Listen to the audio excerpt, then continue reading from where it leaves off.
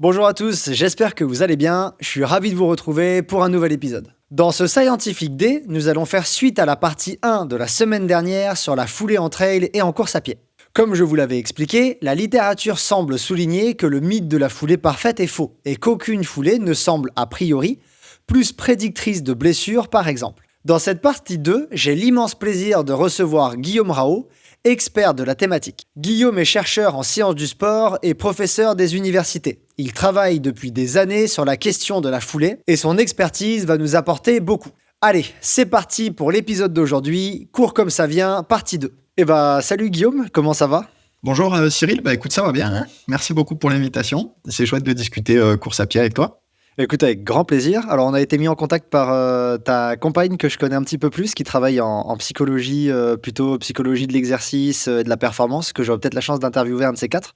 Mais aujourd'hui, nous, on va se concentrer sur un autre domaine qui est plus orienté sur comment notre corps tourne plutôt que comment notre esprit tourne. Et on va parler de la foulée. Alors, comme je te l'ai dit un petit peu en off juste avant, les personnes qui nous rejoignent ici, elles ont déjà normalement écouté la partie 1 où je présentais plein d'éléments différents sur la foulée, dont un papier que tu m'as partagé, que je connaissais pas, qui était passionnant sur les différents styles de course, etc. Et le but là, ensemble, ça va être de discuter un petit peu plus en détail qu'est-ce que c'est que cette foulée en trail, en course à pied, etc. Voilà, première question que je voulais te poser, parce que c'est quelque chose qui est peut-être pas hyper clair à imaginer pour nous autres auditeurs ou pas du tout biomécaniciens, comme toi tu peux l'être. C'est en fait comment on fait pour mesurer une foulée. Comment est-ce qu'on fait pour déterminer une foulée en laboratoire? Quels outils sont utilisés? Parce qu'en fait, comme il le disait dans la revue de littérature que tu m'as envoyée, il y a tellement de paramètres différents pour une course. Eux, ils le résument à travers 7, puis 2, 3. Mais c'est hyper complexe comme mouvement. Comment vous faites pour déterminer une foulée chez un coureur? Alors, c'est une bonne première question et c'est une première question compliquée. En fait, tout dépend de ce qu'on cherche. Effectivement, en laboratoire, on a plein d'outils de mesure différents. Alors, le classique, quand on est sur la physio, ça va être les appareils de mesure des échanges gazeux, des échanges respiratoires, tout ça. Et sur la partie bioméca, en fait, on va mesurer trois grands types de paramètres. Le premier, c'est tout ce qui va être cinématique, donc c'est tout ce qui va être déplacement. Avec ça, on va aller regarder, par exemple, les angles articulaires. Donc, on fait ça avec des caméras de motion capture avec ou sans marqueur. On peut aller regarder aussi des angles de pose de pied à l'impact. Et tout ça repose sur le même principe. On va mettre des petits marqueurs réfléchissants sur le corps de notre coureur et on va enregistrer leur position en 3D plusieurs centaines de fois par seconde.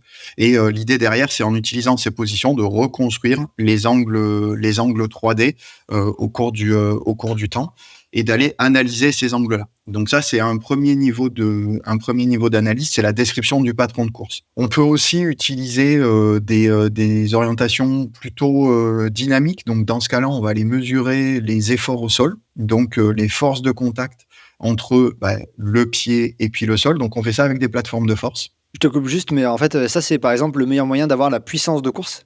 Et d'ailleurs, peut-être même le seul moyen d'avoir la puissance de course avec une plateforme de force sous le pied, c'est ça? Alors, puissance de course, c'est compliqué la puissance. Avec la plateforme, on va avoir la puissance externe. Donc, ça va nous permettre d'avoir effectivement la puissance développée en interaction avec le sol.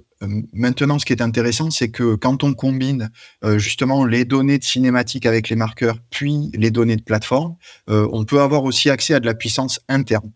Et c'est le seul moyen d'avoir une puissance réaliste entre de très gros guillemets, parce qu'en bioméca, on fait quand même beaucoup de modèles, on fait beaucoup d'hypothèses et beaucoup de simplifications, et donc probablement qu'à certains moments, il y a des erreurs dans les calculs.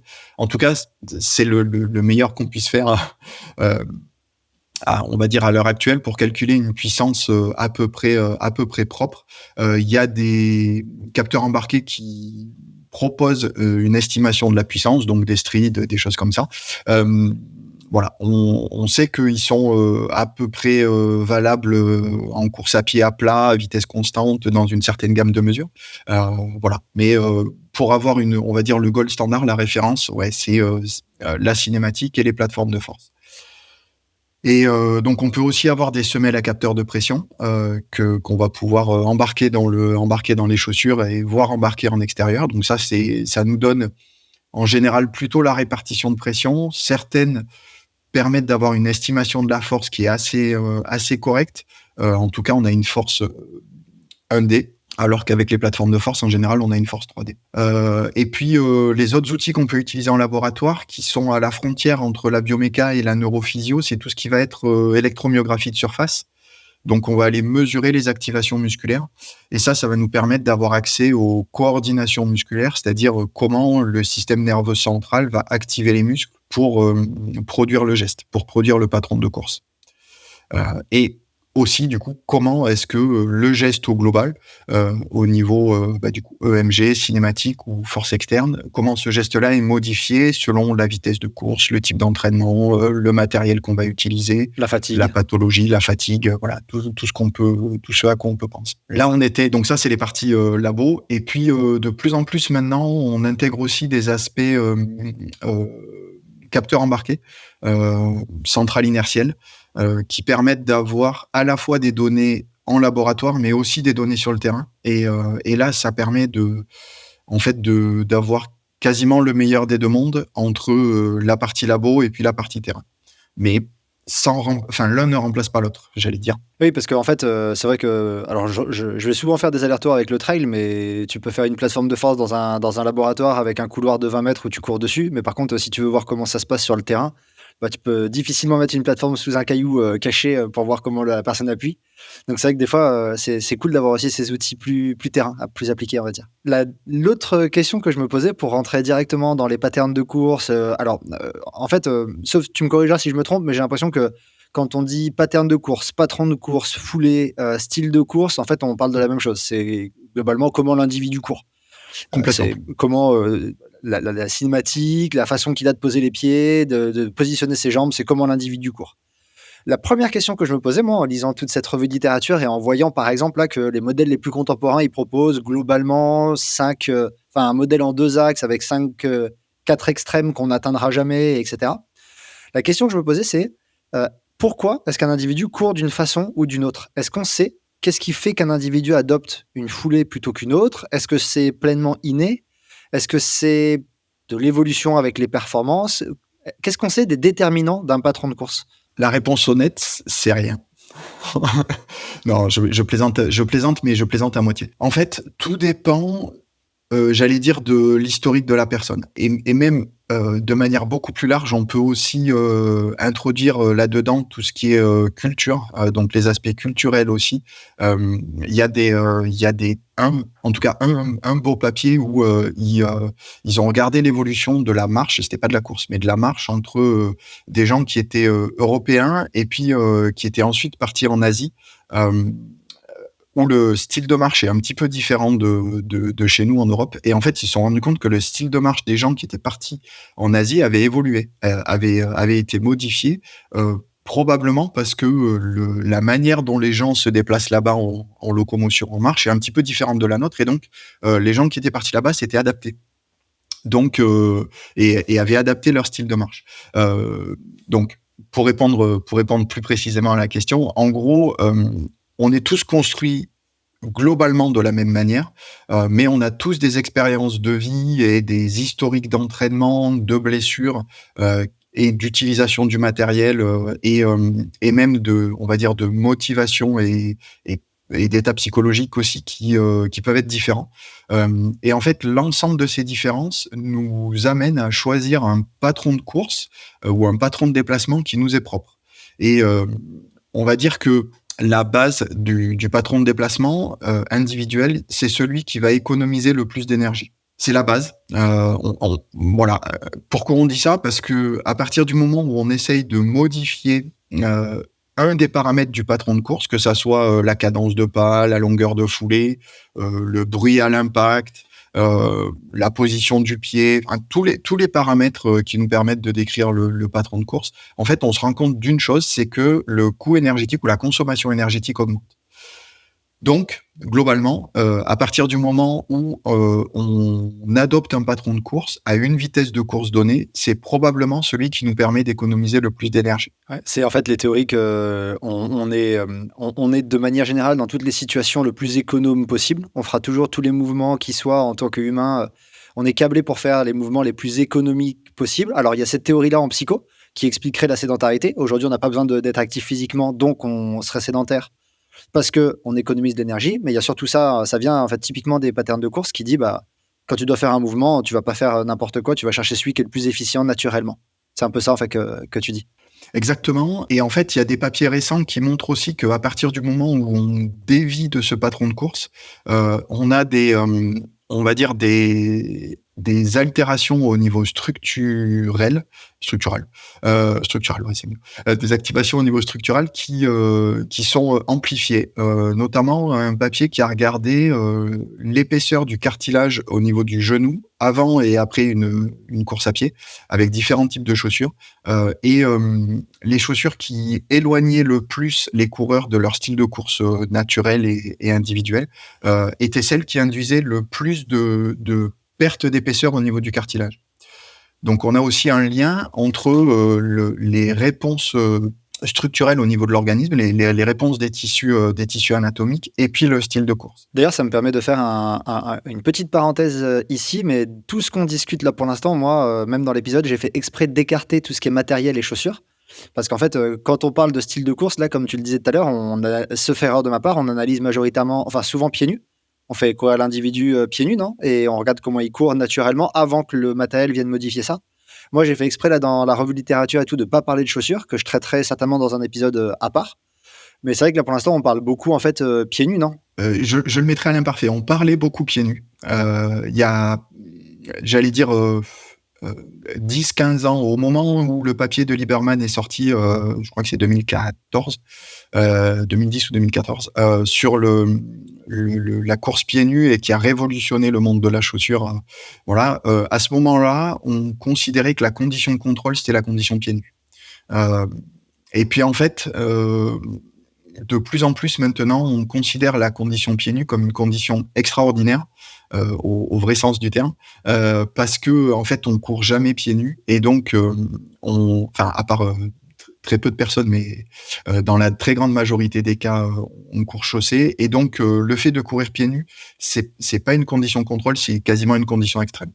Donc actuellement, la condition de contrôle, c'est plutôt la condition de chaussure perso du participant ou du coureur, parce que c'est celle à laquelle il est habitué et où les chaussures ont été modifiées pour, entre guillemets, s'adapter au style de course de l'individu. Ouais, qui démontre une usure particulière à un endroit plutôt qu'un autre, qui fait que la chaussure correspond un peu à comment l'individu tape au sol, on va dire. Ok. Ouais, c'est ça. On est sur de l'interaction homme-matériel et donc le matériel peut modifier le style de course et le style de course peut modifier le matériel. Ok, bah, je pense qu'on aura un épisode super intéressant à discuter sur le matériel, mais c'est vrai que le sujet déjà de la foulée elle-même est tellement vaste que si tu rajoutes les chaussures là-dedans, ça, je pense qu'on en a pour 3 heures d'enregistrement. Du coup, tout ce que tu as raconté là, ça me pose une vraie question, c'est est-ce qu'on peut vraiment apprendre à courir? Quand tu regardes par exemple apprendre à courir, c'est typiquement les approches que veulent avoir les écoles de course, les écoles de trail. Maintenant, c'est un peu à la mode ça, en disant bah, venez quand vous commencez la course à pied, venez avec nous, on va vous apprendre le pattern de course, donc de manière consciente, on va vous faire adopter une foulée. Est-ce que en fait, c'est réellement possible ou est-ce que c'est quelque chose que tu vas faire pendant quelques exercices et en fait, très naturellement, comme tu le dis, comme c'est plein d'autres paramètres innés, blessures, expériences qui vont déterminer ça, bah, en fait, tous ces exercices conscients que tu essayes de mettre sur ce pattern inconscient, ils vont petit à petit disparaître et tu vas reprendre ta foulée naturelle, pour être économique? Alors t'as des questions compliquées. Euh, T'as des questions compliquées.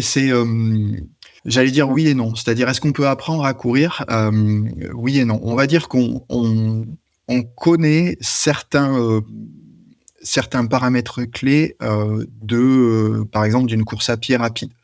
Ça va être un temps de contact au sol qui est faible, par exemple, et puis peut-être une cadence qui est un petit peu plus élevée ou de longueur de pas qui vont monter avec la vitesse.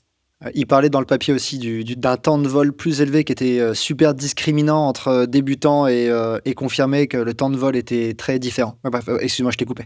Oui, oui, bien, ouais, ouais, tout à fait. Et donc, on a des marqueurs de ce type-là qui sont connus. Et en même temps, on a aussi dans la littérature certains papiers qui ont, par exemple, pris un groupe de coureurs complètement débutants, coureuses d'ailleurs, complètement débutants, débutantes, et qui les ont laissés courir, je crois que c'est 8 ou 10 semaines, et qui ont fait une analyse du mouvement avant et après. Et lors des 8-10 semaines de course, il y avait aucune consigne. Et en fait, qu'est-ce qu'ils se sont rendus compte? C'est qu'il y avait une optimisation, une auto-optimisation du système de manière à faire que la foulée soit plus efficace. Euh, et en fait, ils sont aussi rendus compte qu'il y avait des adaptations structurelles, par exemple des raideurs tendineuses ou des raideurs des complexes muscles-tendons qui étaient augmentées après les 8-10 semaines. Donc, quelque part, on a un processus d'auto-optimisation, d'auto-organisation du système qui peut se mettre en place naturellement à partir du moment où on laisse le système faire. Parce que en fait, quand on débute une activité ou même quand on va déjà être bien débrouillé, voire expert dans l'activité, le processus d'entraînement va rajouter une sollicitation mécanique, va rajouter un stress physiologique qui va permettre au corps de s'adapter. Et c'est cette adaptation qui va nous permettre de progresser, à la fois au niveau physio, à la fois au niveau structurel. Et en fait, quasiment tout le jeu de l'entraînement, ça va être de proposer des séances qui permettent de solliciter les adaptations naturelles. Et donc, est-ce qu'on peut apprendre à courir? Eh ben, probablement non, parce que, comme on disait au tout début de l'épisode, chacun est différent et chacun a un historique différent. Quelqu'un, par exemple, qui a fait beaucoup de gymnastique quand il était petit ou ado, aura probablement tendance à avoir, parce que c'est dans les codes de la gym, à avoir une alors déjà, il y a beaucoup de sprints dans l'activité, et puis à avoir une foulée qui est beaucoup plus sur l'avant du pied, avec des tendons beaucoup plus raides et des temps de contact au sol qui sont très brefs. Parce que c'est on va dire, un des aspects de perf de l'activité gym. Et ça va se transférer derrière en course à pied. Donc on aura une foulée qui est plutôt, on va dire, de type bondissante, plutôt qu'une foulée qui est plutôt écrasée ou assise. Et donc, si à cette personne-là, on essaye de lui apprendre une foulée qui ne lui correspond pas, probablement que, alors très certainement, on va la faire diminuer ses performances parce qu'on va avoir une augmentation du coût énergétique et de la consommation énergétique. Et puis, l'autre point, c'est qu'on risque aussi de la blesser fortement parce que, comme on disait tout à l'heure, les structures anatomiques ne sont pas sollicitées pareil. Et donc, une surcharge mécanique au niveau de certaines zones anatomiques majore le risque de blessure. Alors du coup, ça je fais le lien avec un bout que j'avais dit dans la partie 1, mais qui semblait dire que c'est pas la foulée qui va te blesser, c'est pas un type de foulée qui va te blesser. Et comme on l'avait dit un peu en off, en échange de mails, tu pourrais courir talon avec 90 pas minutes, c'est pas ça qui va te blesser. C'est en fait, ce que tes structures dans ta foulée peuvent supporter comme contrainte. Et une foulée ou une autre va pas diminuer les contraintes, elle va simplement les délocaliser. C'est un peu ce que tu viens de dire, il me semble, avec ton exemple de la gym, sauf si j'ai mal compris? Oui, oui, exactement. Alors il y a 2 points dans ce que tu dis. Le 1er, c'est effectivement l'ajout de contraintes ou la modification la modification des contraintes avec l'entraînement. Cet ajout ou cette modification de contraintes, en fait, par rapport au risque de blessure, il faut l'équilibrer avec le temps de repos. C'est-à-dire, on est dans un système dynamique qui évolue. Encore une fois, hein, c'est le principe de l'entraînement, on s'adapte. Quand on arrête l'entraînement, on se désadapte. On le sent plus que l'adaptation, d'ailleurs, souvent. Ça fait Ça va plus mal. plus vite en tout cas. C'est ça. Ça va plus vite et c'est plus négatif. Euh, mais voilà, l'idée, c'est on va venir stresser notre organisme mécaniquement, physiologiquement aussi, mais je suis beaucoup moins spécialiste. On vient stresser mécaniquement notre organisme ça entraîne une réorganisation, une adaptation. Cette adaptation, elle a pour but, à terme, d'être capable de mieux encaisser les prochaines sollicitations mécaniques qui vont arriver. Donc ça, c'est une première partie, c'est-à-dire que si on sollicite, il faut derrière qu'il y ait un certain temps de repos pour que notre organisme ait le temps de s'adapter et de répondre à la contrainte qu'on vient de lui appliquer. C'est d'ailleurs pour ça, petite parenthèse, que quand on débute la course à pied, en termes de planning d'entraînement maintenant, ce qu'on propose plutôt que de courir, 1 heure le samedi ou 1 heure le dimanche, c'est de courir 4 ou 5 fois 20 minutes dans la semaine, si possible, parce qu'on aura une répartition de la contrainte mécanique qui est beaucoup plus équilibrée et qui permettra d'étaler beaucoup plus les choses et donc on va dire de minimiser la quantité de stress mécanique sur un temps faible et potentiellement de minimiser on va dire le risque de blessure. Ouais, je trouve ça hyper intéressant parce que c'est vrai que c'est quelque chose qui est un peu, je vais pas dire revenu à la mode, mais qui a été plus souligné ces dernières années. On a toujours en entraînement pensé au stress physiologique, mais on a beaucoup moins souvent pensé au stress mécanique. Et là, j'ai l'impression que depuis quelques années, c'est revenu un peu sur le devant. En tout cas, c'est plus souligné dans les travaux et dans même d'autres travaux de vulgarisation, en disant il n'y a pas que le physiologique. Vous pouvez être, par exemple, vous venez du vélo. Je prends cet exemple-là, parce que je pense à Germain Granger qui avait récemment fait une interview là-dessus. Il venait du vélo au niveau cardio, stress physiologique, pas de souci, il tenait toutes les séances quand il est passé à pied. Par contre, il disait, quand je suis passé à pied, par contre, j'ai tout qui pétait dans tous les sens. J'avais des tendinites partout parce qu'en fait, mécaniquement, j'arrivais pas à courir, quoi. Il a fallu un temps d'adaptation pour que ce que je pouvais produire au niveau physio, et bah, le mécanique le rattrape. Ouais, et je rajouterais un troisième stress qui est le stress psychologique ou mental.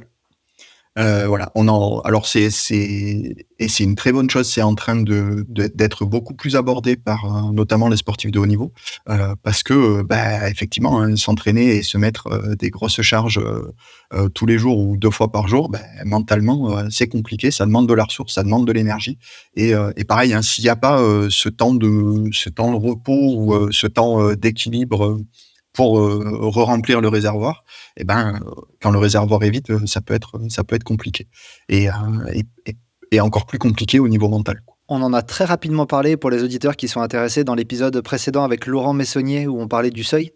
Et en fait, une des choses dont on a parlé, c'est dans la méthode norvégienne, les 2 séances de seuil par jour. Et en fait, lui disait, une des raisons pour lesquelles pour moi c'est compliqué, au niveau physiologique déjà c'est pas très cohérent, il disait, parce que si tu veux faire de la haute intensité, il faut que tu aies des stocks de glycogène, etc. etc. Donc ok au niveau physio. Il disait, mais au niveau mental, ça veut dire que 2 fois par jour, là tu vas demander d'arriver dans des zones d'intensité, de les maintenir pendant longtemps. Il dit c'est épuisant et c'est peut-être pour ça que certains travaux avaient souligné que, par exemple, l'approche au seuil était plus associée à du surentraînement que d'autres. Là, c'est super spéculatif ce que je dis, mais il y a des revues qui soulignaient ça. Et peut-être que là, en faisant le lien avec tout ce qui est stress, quantité de stress mental, en fait, ça prend un peu plus de sens. Une autre question que je voulais te poser, c'était du coup, alors, t'as un peu répondu à ça en filigrane, je vais revenir dessus. En fait, la foulée parfaite, elle n'existe pas pour les blessures. Je parle que des blessures. Il n'y a pas de foulée parfaite qui prévient les blessures plus qu'une autre. J'aurais tendance à dire non. Et je me disais que j'avais oublié quelque chose sur la réponse, sur la question précédente, donc ça va me permettre d'y répondre. Sur la partie relocalisation des contraintes. Effectivement, pour moi, et comme je disais juste avant, le style de course naturel qu'on a ou individuel qu'on a, il dépend de plein de choses. Il dépend de nos capacités musculaires, de notre historique d'entraînement, de blessures, de notre configuration anatomique propre. Alors, même si tu n'en as pas trop parlé, mais la partie matérielle ou la partie type de chaussure peut influer sur le style de course. Et on voit que quand on change le matériel, on peut, par exemple, passer d'une foulée talon à une foulée plutôt médio avant-pied. C'est ce qui se passe, par exemple, quand on passe sur des chaussures minimalistes. Et à ce moment-là, le stress mécanique est largement redistribué. C'est-à-dire qu'avec des chaussures qui ont un drop et une épaisseur de semelle qui sont assez élevées, on va avoir des stress mécaniques qui sont plutôt localisés au niveau du genou et de la hanche. Et avec des chaussures qui ont un drop faible ou une épaisseur de semelle assez faible, on va plutôt avoir un stress mécanique qui est localisé au niveau du pied, de la cheville et puis de la chaîne postérieure. Et donc, à vitesse de course égale, la quantité d'énergie totale qui est générée par le système est la même. Par contre, elle n'est pas localisée au même endroit. Et les contraintes mécaniques vont être différentes, ce qui explique que quand on impose une transition brutale, par exemple, entre une chaussure avec un drop élevé et une chaussure minimaliste, ben en fait, cette relocalisation des contraintes, ce changement de zone d'application des contraintes, fait que le système n'est pas habitué à supporter ces contraintes-là, et au bout d'un moment, il fatigue et il casse. Et donc, ça va être tendinite, fracture de fatigue, périostite, et ainsi de suite, quoi. Alors du coup, tu m'ouvres une question, que j'avais plus ou moins prévue, mais, un peu différente. Et attention à ta réponse parce que ça touche à un point très sensible, très personnel, donc, j'espère que je fais pas trop des conneries. Est-ce que la solution avec ce que tu viens de dire, pour être le meilleur, pour prévenir le plus les blessures, au final, c'est pas de courir avec des chaussures qui sont, super différentes, plusieurs paires de chaussures très différentes les unes des autres et avoir un roulement, en fait, de chaussures pour, de manière générale, solliciter, surtout quand tu cours beaucoup, j'ai envie de dire, de manière générale, solliciter différentes zones de contraintes. Pas beaucoup parce que tu vas peut-être faire 2-3 séances avec une, 2-3 séances avec l'autre et au final, tout ça, ça va solidifier ton système de manière générale. Je vais faire une non-réponse, comme ça, tu seras pas embêté.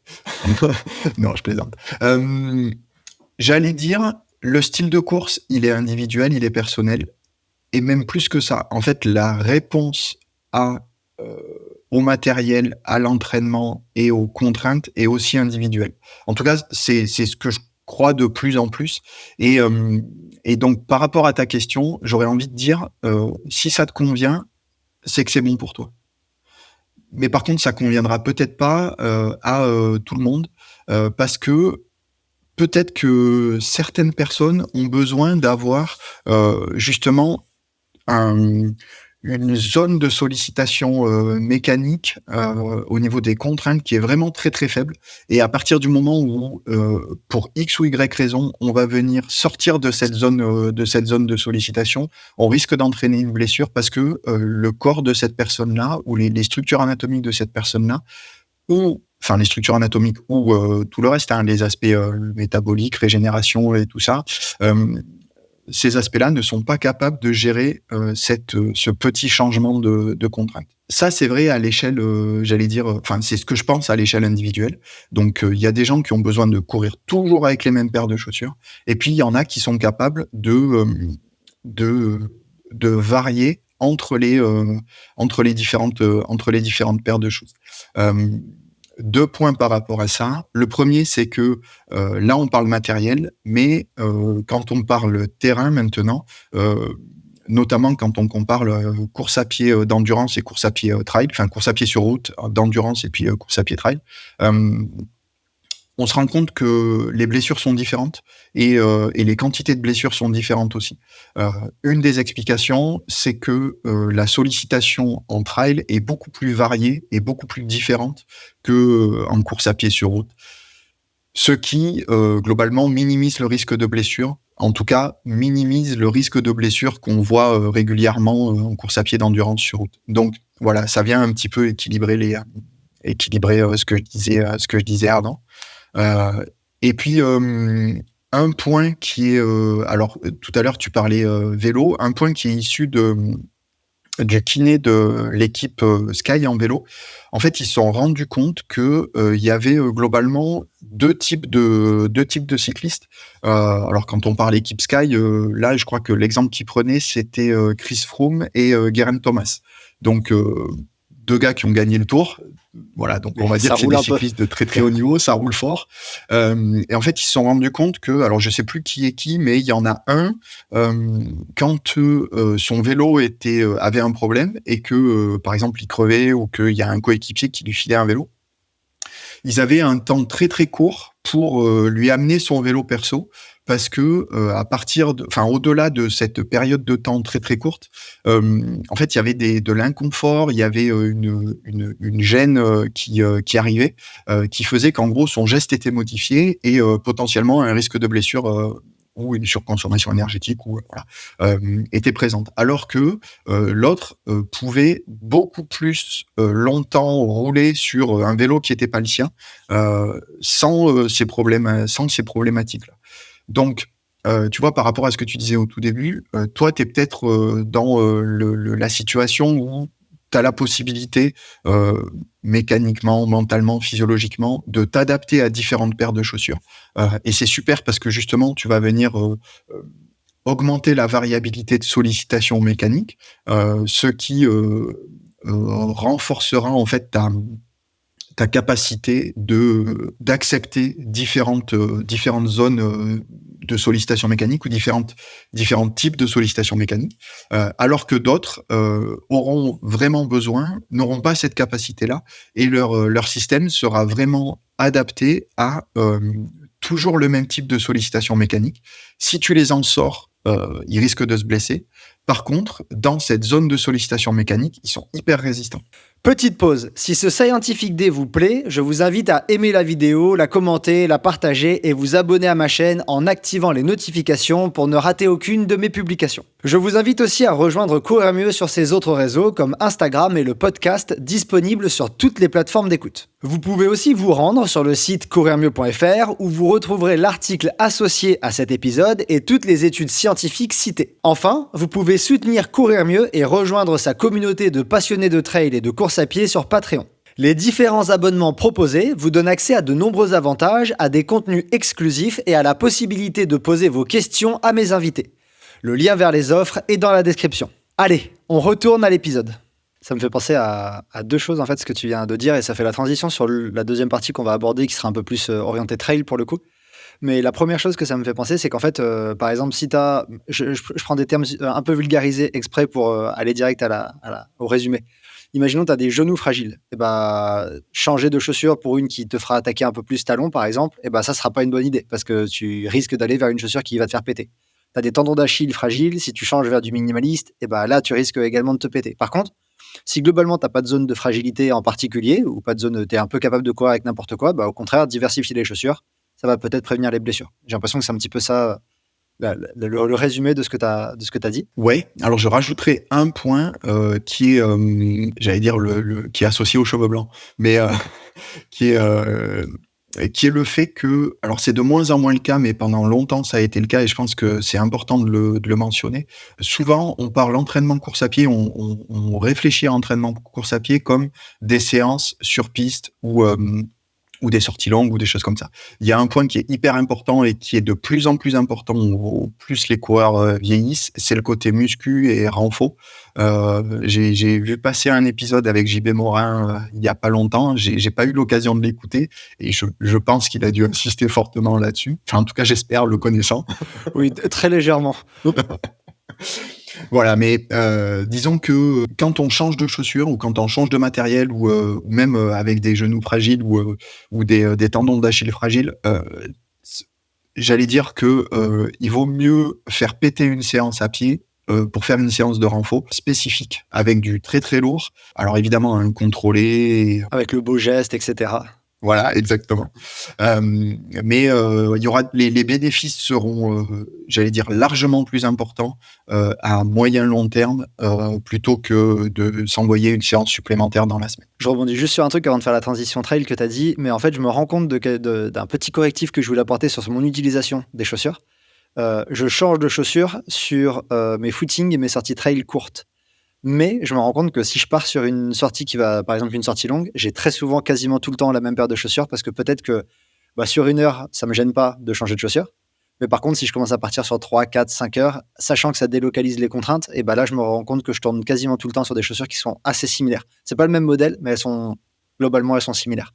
Donc ça rejoint peut-être aussi un petit peu ce que tu as dit. Complètement. Alors, il y a peut-être 2 points à rajouter. Le premier, c'est que quand on court longtemps, alors même pas longtemps, mais quand on court avec une chaussure, on va venir la fatiguer un petit peu au niveau de la mousse, et donc il faut probablement lui laisser un petit peu de temps pour se remettre, c'est-à-dire retrouver son épaisseur initiale et que la mousse, même si elle s'use et si elle vieillit, mais en tout cas que voilà, il y ait un temps de repos avant de reprendre les chaussures pour courir avec. Donc ça peut être intéressant d'avoir 2 paires de chaussures identiques, par exemple, et de tourner avec sur les sorties longues. Et du coup, par exemple, sur un trail, je rebondis là-dessus, mais trail ultra, les personnes qui changent leur godasse un peu au milieu ou quoi, ça du coup, ça a un sens, ça a un sens? Alors, oui et non, par rapport à ce qu'on disait avant. Oui et non, c'est-à-dire que pour moi, le fait de courir avec une chaussure, l'interaction entre le coureur et sa chaussure, c'est vraiment un couple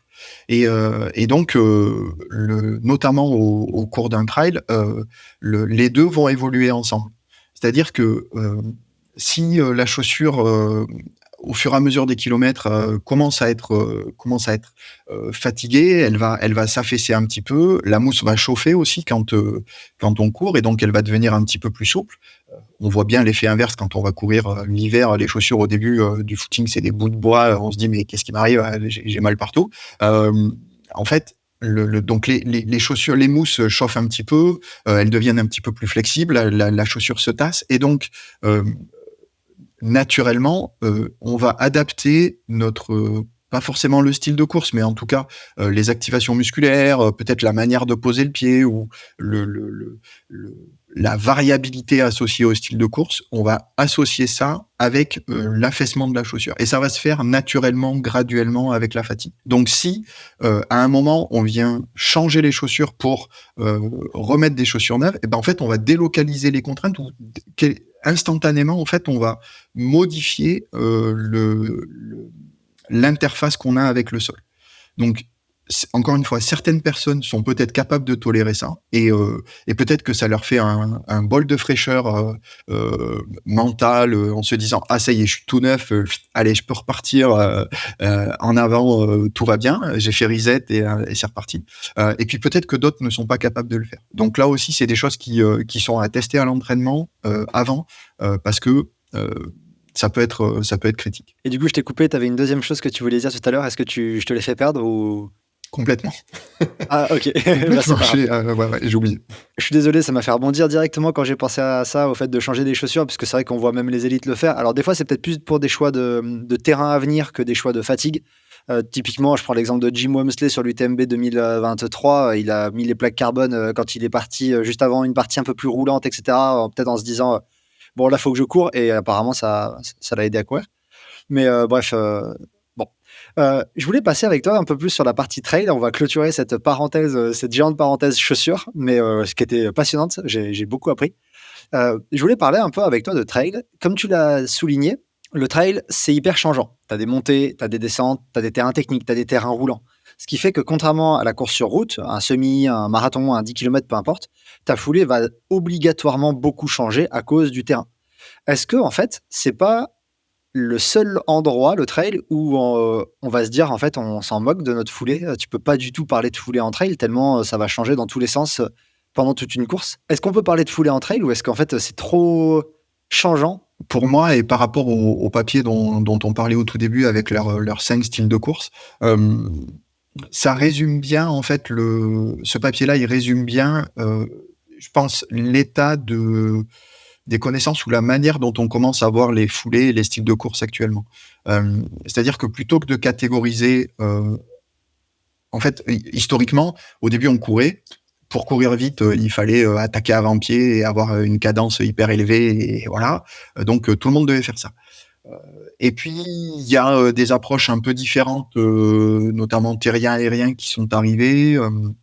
En sprint, il y a, pousseur-tireur, il y a des choses comme ça. Hem Et puis, on est en train d'évoluer vers, les 5 styles de course là dont on parlait, de Van Overen, heu,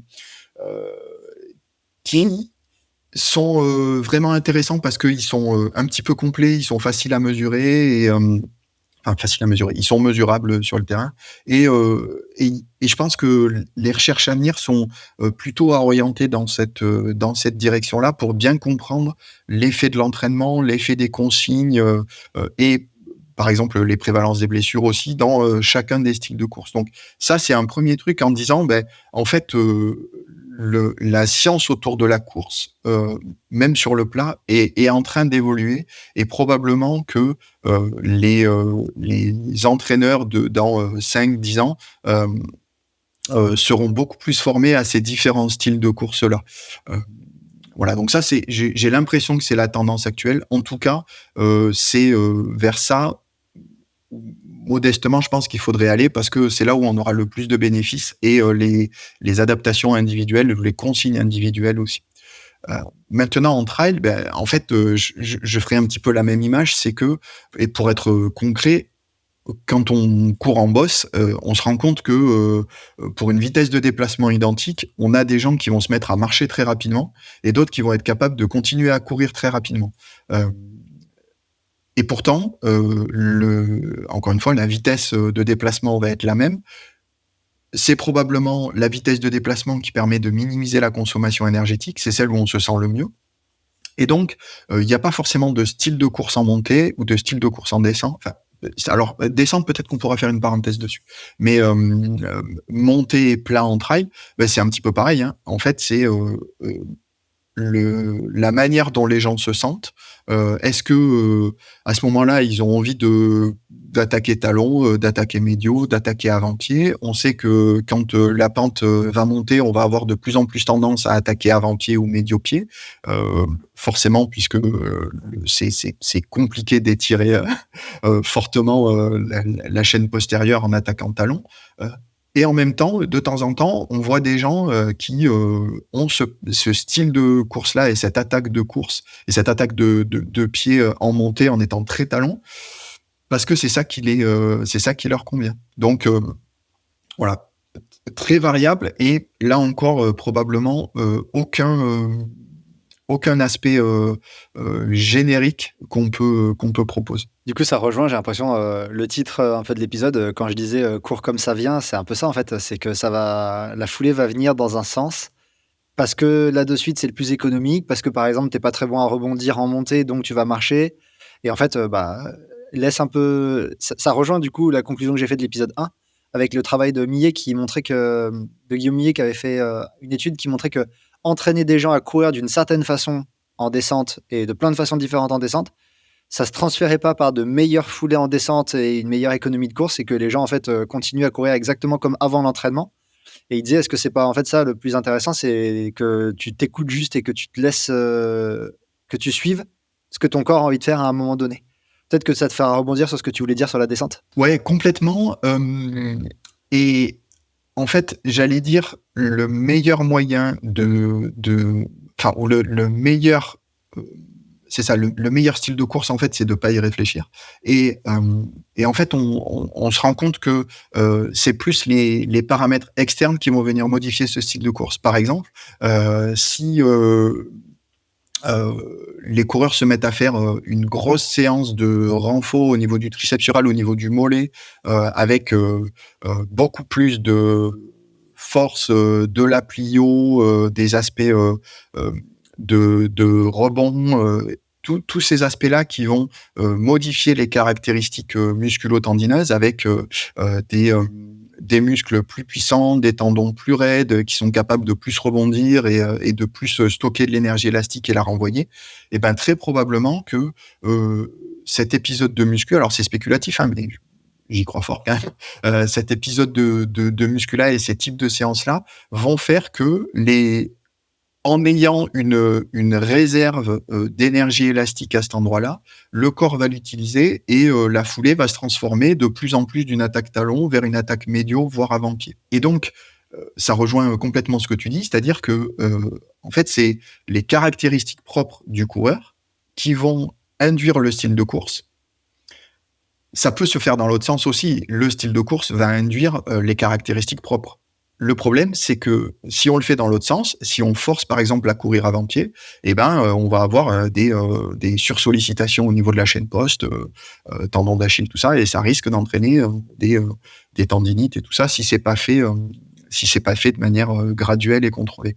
Donc voilà, donc c'est vraiment on laisse faire, et puis c'est l'entraînement autour qui va venir, j'allais dire, shaper le style de course qui va être amené.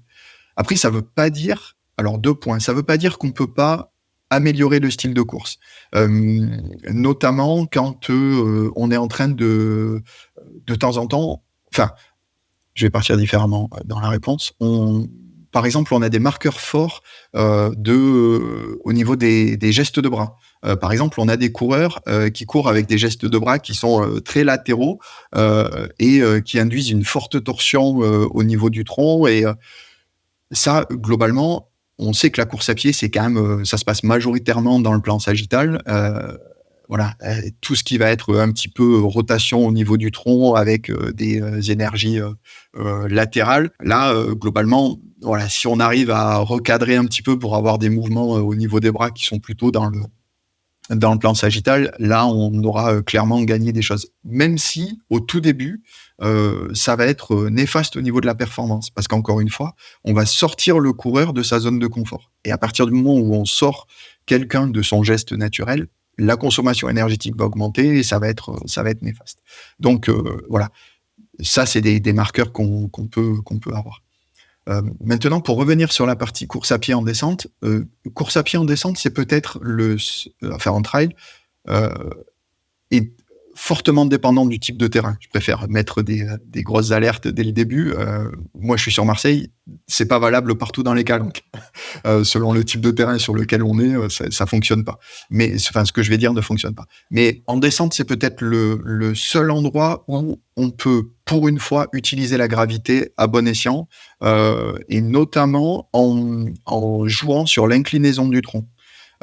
Cette inclinaison du tronc en course à pied à plat, il y a quelques travaux qui ont essayé de modifier l'inclinaison du tronc et de voir ce que ça pouvait amener en termes de bénéfices.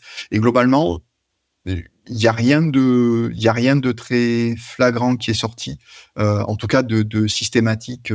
Peut-être qu'à l'échelle individuelle, il y a des choses qui sont arrivées, mais au niveau du groupe, il y a rien qui a été sorti. Donc c'est pas forcément intéressant de modifier l'inclinaison du tronc en course à pied, en tout cas à plat. Par contre, en descente, là, on peut venir fortement bénéficier de la gravité en inclinant un petit peu le tronc vers l'avant, ce qui va faire que globalement le centre de gravité du tronc va basculer en avant du centre de gravité global du corps, et donc on va avoir tendance à accélérer. Et on a certains coureurs qui parlent même de pédale d'accélérateur au niveau de l'inclinaison du tronc. Et donc, on pourrait avoir alors ça vient au prix là aussi d'une réorganisation des contraintes et des sollicitations mécaniques sur les articulations. Mais on va dire que on aurait une pédale d'accélérateur gratuite en termes d'énergie, simplement en orientant le tronc différemment.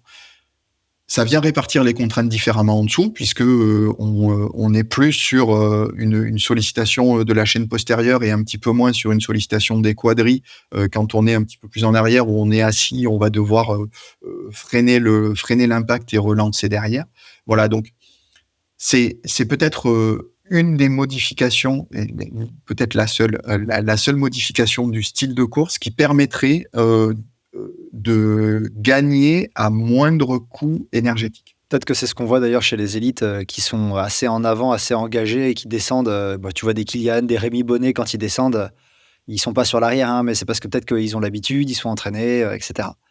Et il y a juste une chose qui me fait penser, ça me fait sourire. Tout à l'heure, tu parlais d'interaction homme matériel avec le coureur et la chaussure. Je me rends compte que personnellement, je change ma façon de descendre en fonction des chaussures que j'ai. Si j'ai des gros crampons bien positionnés sur l'arrière, je vais plutôt m'asseoir et avoir une attaque un déroulé du pied un peu plus marqué. Et c'est un peu mes talons qui vont venir freiner. Si ma chaussure, au contraire, a des crampons très agressifs plutôt à l'avant et que je sais qu'elle glisse pas trop à l'avant, ou alors qu'elle manque d'accroche à l'arrière, et je vais plutôt être sur l'avant du pied parce qu'en fait, ça stabilise également. Donc, tu as aussi ça qui va venir jouer, je pense. Complètement, et tu peux aussi le transférer dans le plan frontal. C'est-à-dire que si ta chaussure est relativement haute au niveau de l'épaisseur de semelle et que du coup elle est relativement instable en latéral, en fait tu vas avoir naturellement tendance à réduire ta longueur de pas. Justement pour essayer d'éviter les grands pas avec les grands porte-à-faux, ou si la cheville part, c'est compliqué à la rattraper. Et donc, tu vas réduire la longueur de pas pour essayer d'avoir des pas plus fréquents, mais plus précautionneux, entre guillemets, au niveau structure. Guillaume, je te remercie énormément. Ça fait déjà 50 minutes qu'on enregistre sur cette, partie-là et moi j'aurais encore, 50 minutes de questions à te poser, mais je pense que pour cette, partie 2, on va s'arrêter. On va avoir un petit moment d'échange, toi et moi juste après qui est réservé aux abonnés Patreon de Courir Mieux, qui va durer 10-15 minutes, je vais essayer de pas te prendre trop de temps. La seule question que j'ai envie de déjà pour tous les auditeurs qui nous ont écoutés jusqu'ici, je te remercie énormément pour ton expertise et ta pédagogie. C'est un plaisir de t'écouter parler de ça. Si des personnes veulent te suivre, suivre tes travaux scientifiques, ton actualité scientifique et cetera, est-ce que tu as des réseaux sur lesquels on peut te retrouver? Alors un 1er point, merci beaucoup pour la discussion, c'était vraiment super et je me suis régalé. Alors, oui, moi oui, je publie des articles scientifiques, régulièrement. Je suis pas une machine à écrire, mais voilà. J'essaye de proposer des choses. Je suis pas mal sur, Twitter ou sur, X. Voilà, c'est là-dessus, que je communique et j'avoue que je suis pas un grand communicant. Donc, voilà. Bah, c'est très bien, je mettrai le lien Twitter, en description. Je mettrai également le lien vers, ton ResearchGate ou ton Scholar. Peut-être que tu as une page, pour tes publications, pour les personnes qui souhaitent aller lire un petit peu tes travaux. Et moi, je te remercie encore pour ton temps et j'espère qu'on aura le plaisir d'échanger pour une autre thématique, ou une thématique très proche de celle-ci. Avec grand plaisir, ouais. Voilà, c'est tout pour l'épisode d'aujourd'hui. J'espère que son contenu vous a plu et vous a permis d'encore mieux comprendre ce qu'est une foulée en trail et en course à pied. J'ai adoré cet échange avec Guillaume, qui est aussi passionné de la thématique que pédagogue et pointu sur le sujet. N'hésitez pas à aller le suivre sur ses différents réseaux, les liens sont dans la description. À très bientôt pour un nouvel épisode.